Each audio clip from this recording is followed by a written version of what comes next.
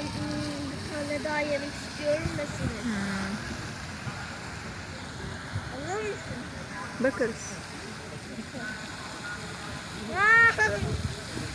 Mama.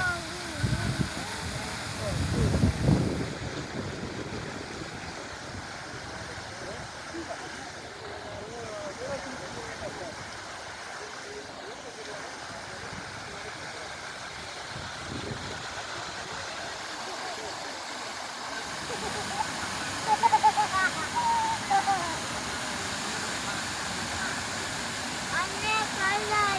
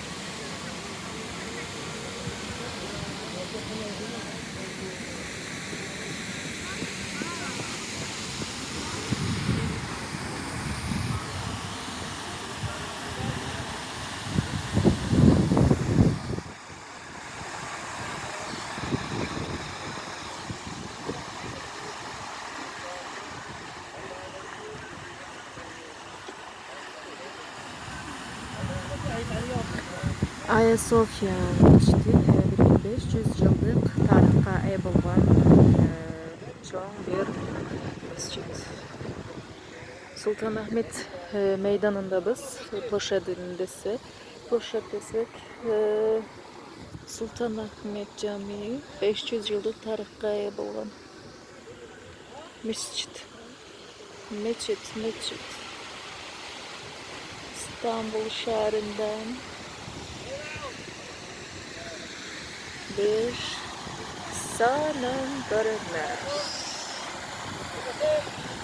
Buyurunuz, görünüz. Uçurda 2021 yıl 15 yanvar Cuma günü. Cumanızlar mübarek olsun.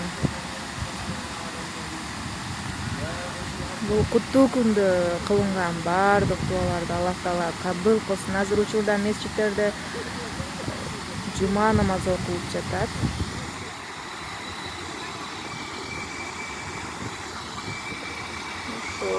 Бул эми инсандар отурган жер, бул өтө чоң бир мечит.